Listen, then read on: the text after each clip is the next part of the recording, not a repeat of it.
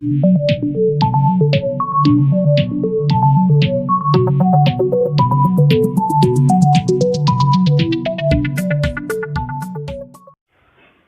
Student, concepts of physics में आपका स्वागत है। हम लोग पिछले वीडियो से देखना शुरू किए हैं मैग्नेटिक इफेक्ट ऑफ करंट, जिसमें कल हम लोगों ने ओरस्टेड एक्सपेरिमेंट देखा था।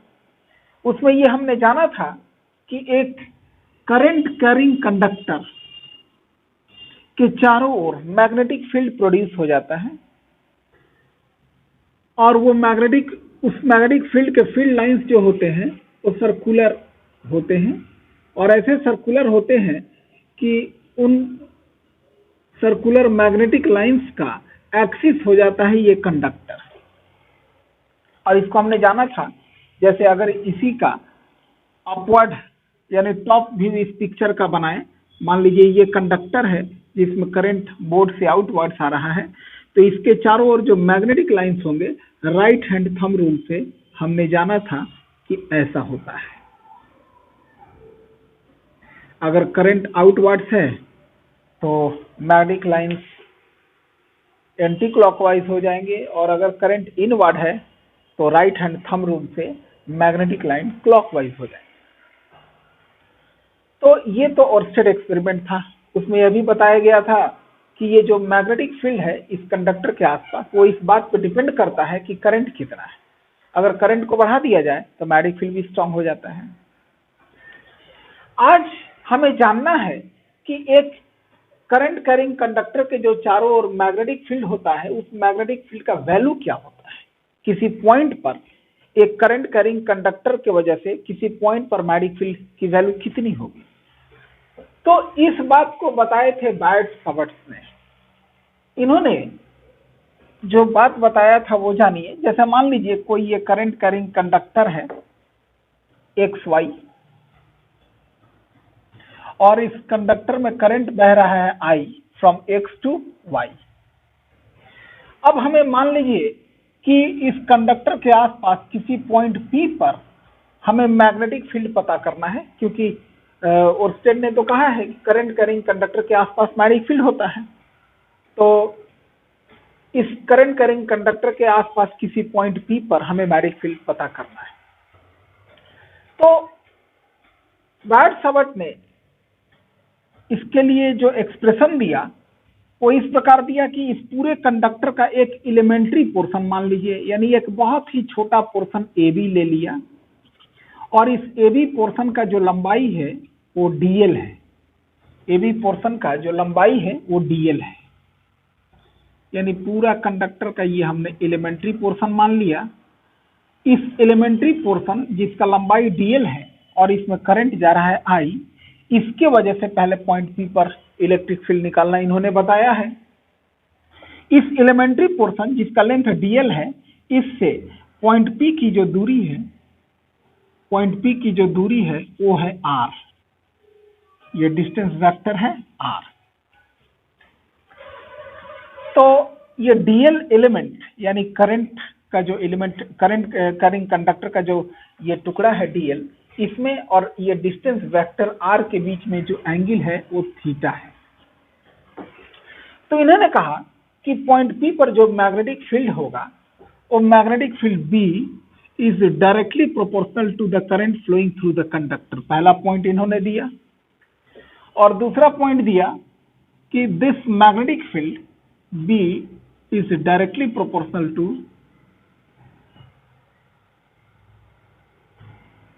DL, यानी करंट एलिमेंट जो है इसकी लंबाई पे भी डिपेंड करता है।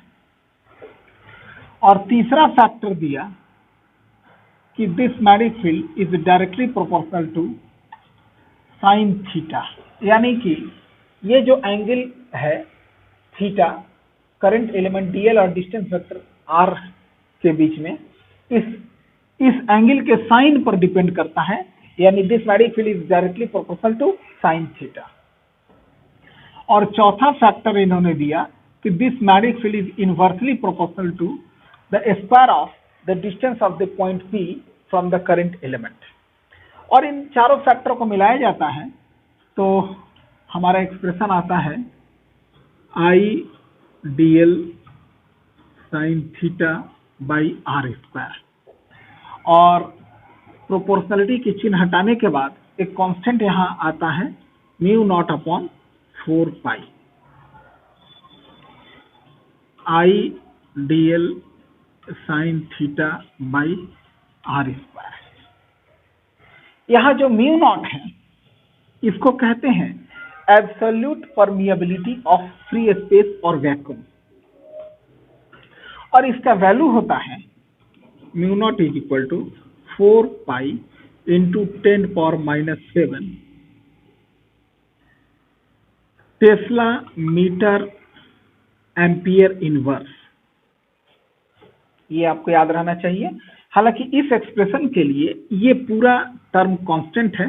इस कांस्टेंट में जो आपके लिए ये तो 4 पाई ही है, और इस कांस्टेंट फैक्टर में आपके लिए जो अननोन अब तक है वो म्यू नॉट, इसके बारे में मैंने बताया कि इसको कहते हैं absolute permeability of free space, और इसकी वैल्यू होती है 4 पाई इंटू 10⁻⁷। देखा जाए अगर इसकी वैल्यू को रख के सॉल्व करें तो इस पूरे कांस्टेंट का वैल्यू सिर्फ बचता है 10⁻⁷। तो बायट-सवार्ट लॉ इतना ही है, लेकिन आप इसको नोटबुक पर कैसे करेंगे मैं आपको अभी लिखवा रहा हूं, लेकिन इसको आप समझ ले पहले।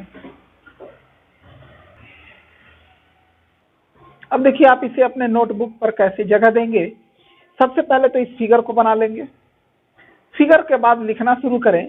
Late us consider a conductor XY carrying current I from X to Y। आगे लिखेंगे the magnetic field at point P near the current carrying conductor due to an elementary portion AB of length DL। फिर उसके बाद point number 1 देंगे, जैसे मैंने यहां दिया है, तो आप नंबर 1 दे करके पहले बात लिखेंगे जो मैं बोल रहा हूं। नंबर 1 पॉइंट दे करके लिखें कि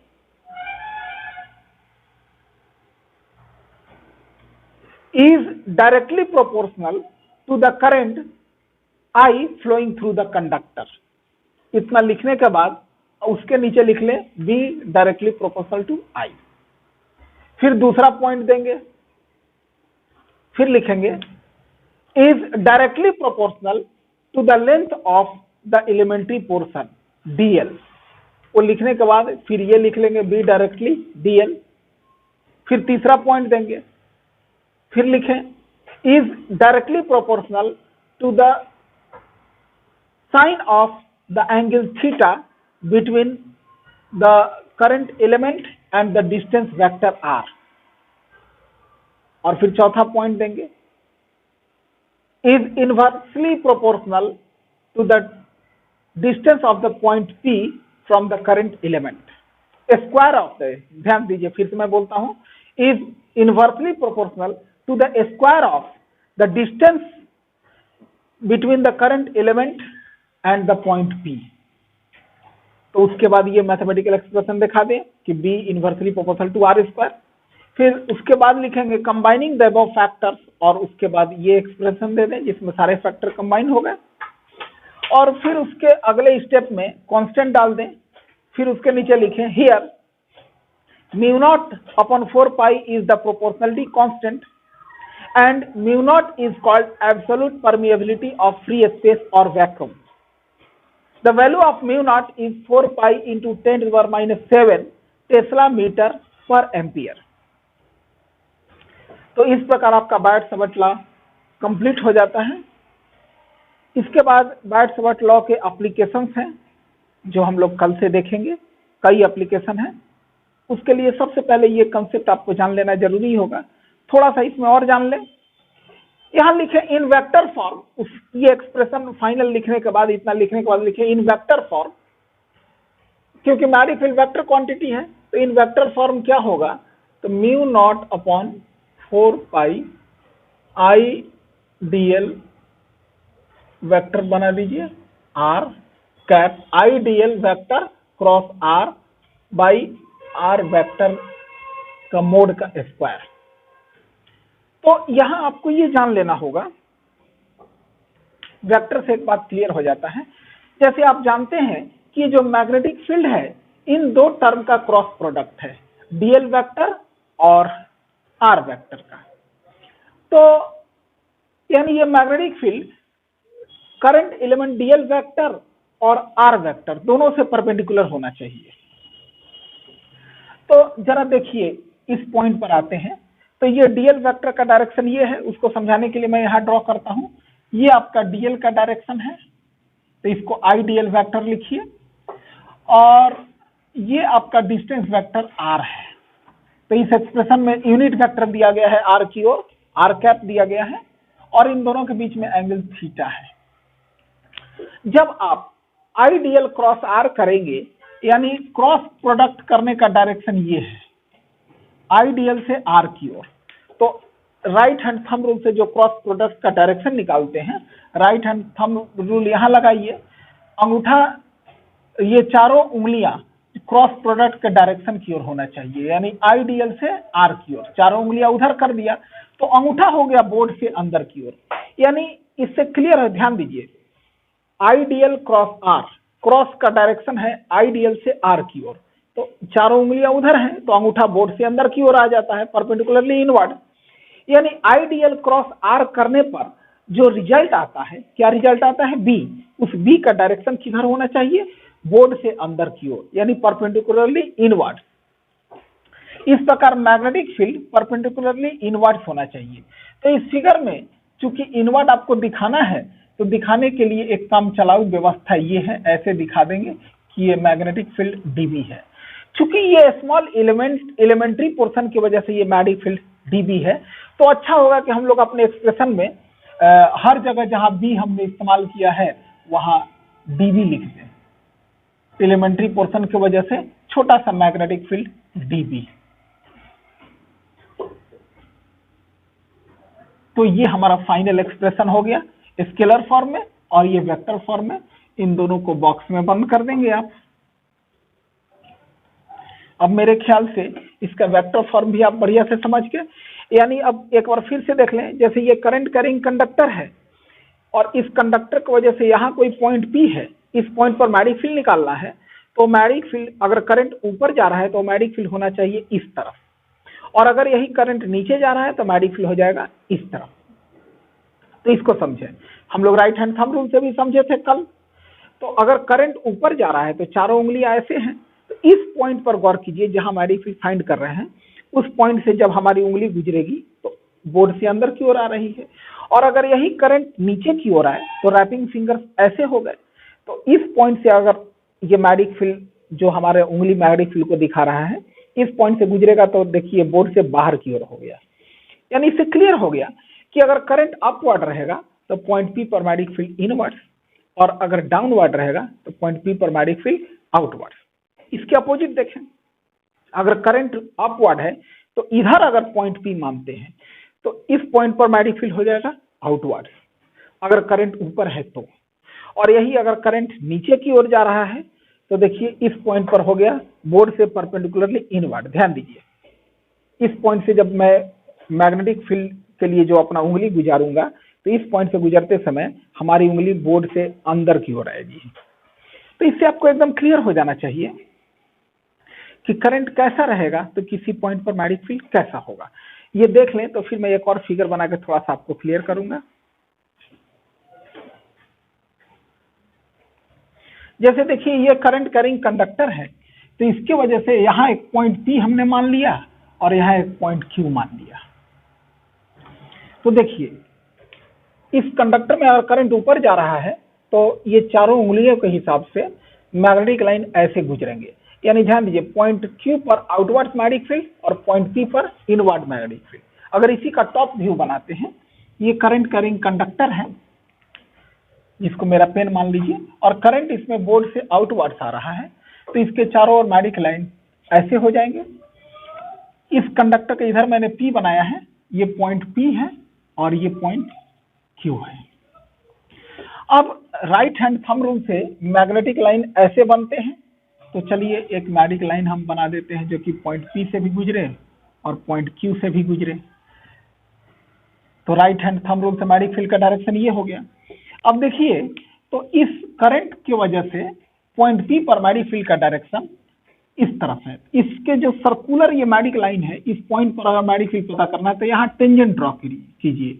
ये मैग्नेटिक फील्ड का डायरेक्शन हो गया बी। इस पॉइंट पर मैग्नेटिक फील्ड चाहिए तो यहाँ पर एक टेंजेंट ड्रॉ कीजिए। ये मैग्नेटिक फील्ड का डायरेक्शन हो गया बी। अगर इस पॉइंट पर मैग्नेटिक फील्ड चाहिए तो चूंकि मैग्नेटिक लाइन इधर जा रहे हैं तो टेंजेंट ड्रॉ भी इसी साइड कीजिए, ये हो गया बी। इस पॉइंट पर मैग्नेटिक फील्ड चाहिए तो यहाँ पर मैग्नेटिक फील्ड का डायरेक्शन हो गया ये बी। और अगर इस पॉइंट पर मैग्नेटिक फील्ड चाहिए तो यहाँ पे टेंजेंट डालिए। इससे क्लियर हो गया कि मैग्नेटिक फील्ड, जो मैग्नेटिक लाइन पर किसी भी पॉइंट पर आपको मैग्नेटिक फील्ड पता करना है तो वहां एक टेंजेंट ड्रॉ करके आप मैग्नेटिक फील्ड पता कर सकते हैं। एक और खास बात नोट करना जरूरी है, ये जो रेडियस है, रेडियस और टेंजेंट एक दूसरे से हमेशा परपेंडिकुलर होते हैं। तो इससे आपको एकदम क्लियर हो जाना चाहिए कि किसी भी कंडक्टर की वजह से किसी पॉइंट पर मैग्नेटिक फील्ड निकालेंगे तो इस कंडक्टर से इस पॉइंट पी का जो डिस्टेंस वेक्टर है, डिस्टेंस वेक्टर और मैग्नेटिक फील्ड के बीच में एंगल हमेशा कितना बनेगा, 90 डिग्री। तो इसको बार बार देखें तो मेरे ख्याल से आपको बिल्कुल ही क्लियर होगा। कल आगे हम लोग इसके एप्लीकेशंस देखेंगे। धन्यवाद।